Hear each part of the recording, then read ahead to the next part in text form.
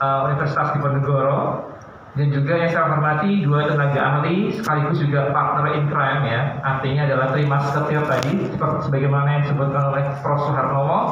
Yang pertama ada saya kenalkan juga Bapak Teguh Prihadi SEMM, ya, sekaligus juga merupakan tenaga ahli bidang 2 di bidang prosedur dan juga pembiayaan ekspor impor. Yang notabene divisinya Pak Teguh ini akan beririsan dengan divisi saya sebetulnya. Kita akan berbicara terkait dengan bagaimana prosedural ekspor dan penyesuaiannya sekaligus juga adaptasi dengan peraturan perdagangan yang terbaru. Nah, kemudian juga ada Pak Bastian Turido Broto, ST. Kemudian ini MM-nya on the way ya Pak Bastian. Didoakan saja supaya bisa MM-nya ada muncul, kemudian bergabung di dalam Sivitas Akademika Universitas Diponegoro. Beliau ini di bidang marketing dan sekaligus juga terkait dengan masalah pangan ya, dalam arti lebih ke standarisasi pangan seperti itu. Nah, saya sendiri adalah Pulung Widi Hari Hananto, gelarnya nggak usah karena saya kebetulan satu universitas, satu produk dengan Prof. Suhartomo. Bedanya Prof. Suhartomo di FEB, saya di Fakultas Hukum. Jadi sehari-hari saya merupakan dosen Fakultas Hukum Universitas Diponegoro dengan spesifikasi hukum ekonomi internasional. Nah, pada kesempatan kali ini ya, mungkin saya akan menjelaskan terkait dengan apa itu FTA, Free Trade Agreement, dan bagaimana calon UMKM atau calon eksportir bisa untuk memanfaatkan FTA sebagai peluang pasar ekspor. Karena kalau Bapak Ibu pertama kali dengar apa itu FTA, pasti pertama yang ada di mindsetnya itu apa? Makanan apa itu? Ya kan? Nah, padahal itu bukan makanan sebetulnya ya. Nah, mohon izin Bapak Ibu saya berdiri karena saya sering kampus jalan-jalan, jadi saya sering nggak bisa duduk ya. Oke. Nah, Bapak Ibu, sebetulnya ekspor pada era globalisasi itu mengalami pergeseran makna.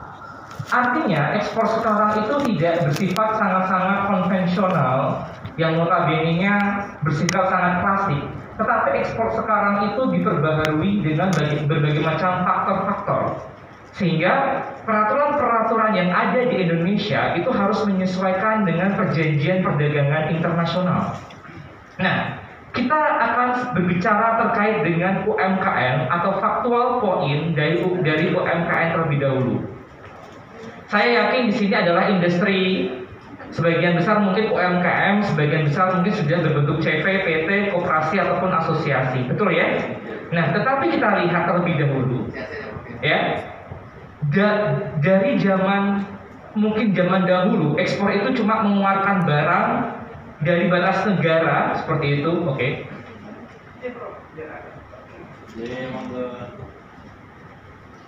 Oke. Zaman dahulu, ekspor itu cuma mengeluarkan barang saja dari ke batas negara, diterima oleh warga negara atau calon bayar dari negara sana. Itu dikatakan sebagai ekspor.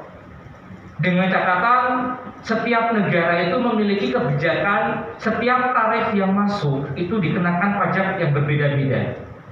Nah, ditambah juga ketika kita pandemi kemarin, ekspor itu mengalami penurunan.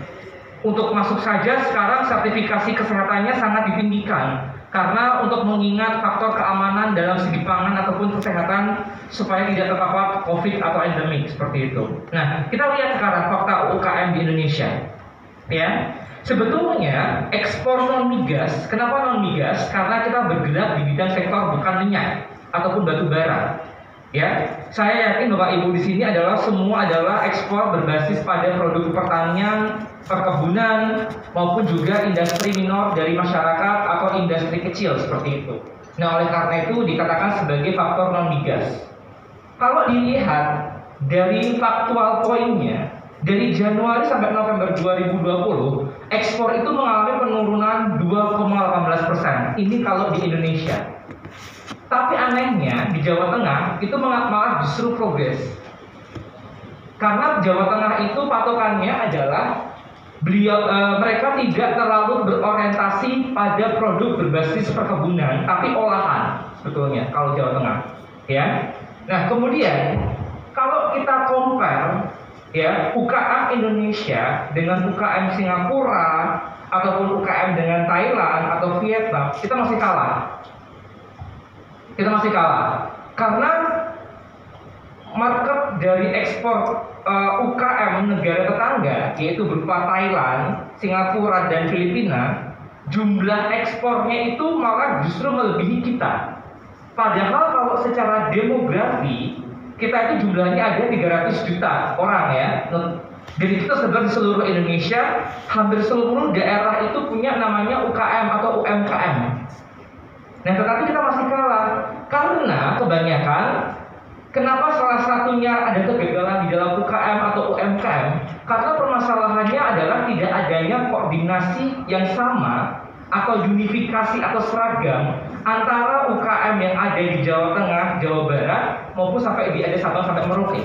Ditambah nomor 2, kita boleh bisa mengatakan ada penyakit UKM dan UMKM di Indonesia, yaitu terlalu selfish atau alter ego, selalu menjatuhkan produk temannya. Pokoknya produkku yang paling laku, produkku yang paling bagus, produk lain jelek, padahal belum tentu sertifikasinya bisa lolos ke Amerika Serikat atau Eropa.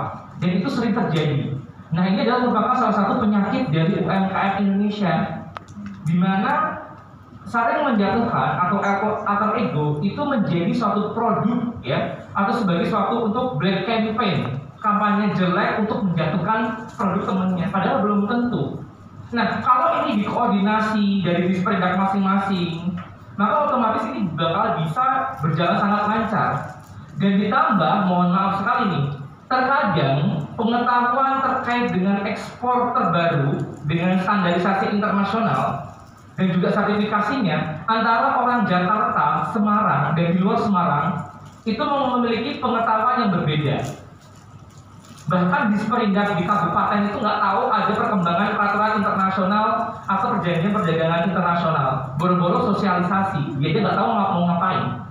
Ditambah dia males untuk sosialisasi, datang aja dilama-lamain birokrasinya, termasuk di Disperindak. Kalau Disperindak enggak ya, mungkin karena sudah dia pusat seperti itu. Tapi kalau Disperindak yang ada di kabupaten kota, penyakitnya adalah seringkali mereka tidak paham dan sering tidak mengadakan sosialisasi. Bahkan fasilitas pemerintah di dalam untuk ekspor impor itu terkadang tidak disampaikan ke calon eksportir. Betul ya? Iya. Bapak nggak tahu kan kalau ternyata Disperindak itu memfasilitasi pendaftaran merek gratis? Nggak tahu kan? Bapak nggak tahu kan kalau misalnya Disperindak itu juga memfasilitasi terkait dengan pendaftaran paten? Nggak tahu juga. Bapak nggak tahu dari Kementerian Perindustrian itu juga memberikan fasilitas terkait dengan rumah produksi atau perawatan kalau bikin proposal? Nggak tahu kan? Nah, padahal kalau Disperindaknya itu ulet, dia datang langsung, maka otomatis ini bakal bisa membantu. Ternyata ada program-program CSR atau fasilitas yang disediakan oleh pemerintah.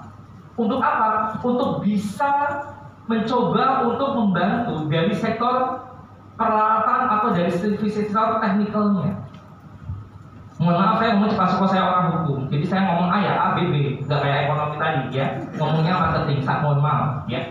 Dan saya ngomong kayak gini bebas, gak bakal dituntut karena itu kebebasan akademik ya, jadi jangan takut kalau ngomong sama saya ya, takut kalau saya tuntut ya, seperti itu. Oke. Nah, oleh karena itu, ini adalah fakta dan ini jadi penyakit di dalam sektor birokrasi kita. Saya harus mengiyakan. Tetapi kalau Bapak Ibu mau mencari informasi, maka otomatis Bapak Ibu bisa malah justru menguntungkan diri sendiri. Kenapa? Karena dengan mencarinya informasi itu akan mempermudah untuk mendevelop perusahaan Bapak Ibu, baik sektor UKM minor ataupun mayor, ya. Dan juga Bapak Ibu juga bakal bisa mengetahui bagaimana pembiayaan ekspor terbaru. Apa sih itu LC? Apa sih itu ibaratnya transfer elektronik? Ya kan? Apa itu ibaratnya itu transfer manual? Ya, bagaimana syarat LC? Maka otomatis nanti kita akan ajarkan itu. Nah, tetapi kalau kita komparasi tadi, karena kita sering ibaratnya menjatuhkan satu dengan yang lain, tidak solid, sehingga ini berimpak pada proporsi ekspor UKM. Akhirnya apa? Kalau kita compare dengan Malaysia, Filipina, atau Vietnam dan Thailand atau Singapura, kita masih di bawah standar. Ekspor kita yang keluar dari Indonesia, keluar dari custom, berbasis pada sektor UKM itu hanya 14,3%. Masih kalah dengan Singapura. Padahal Singapura itu dia terkadang sering juga lucu. Kenapa? Dia mencoba untuk melakukan operasi di Jawa Tengah, mengambil produk-produk di Jawa Tengah, kemudian bikin perusahaan dengan UKM Jawa Tengah, tapi kontraknya kontrak Singapura, dikirimnya dari ekspor Singapura. Itu terjadi. Mie Morinaga, mie daun kelor, sayuran fresh seperti itu ya, vegetable yang kalau di Indomaret nggak laku ada dikirim ke Singapura, kerupuk atau snack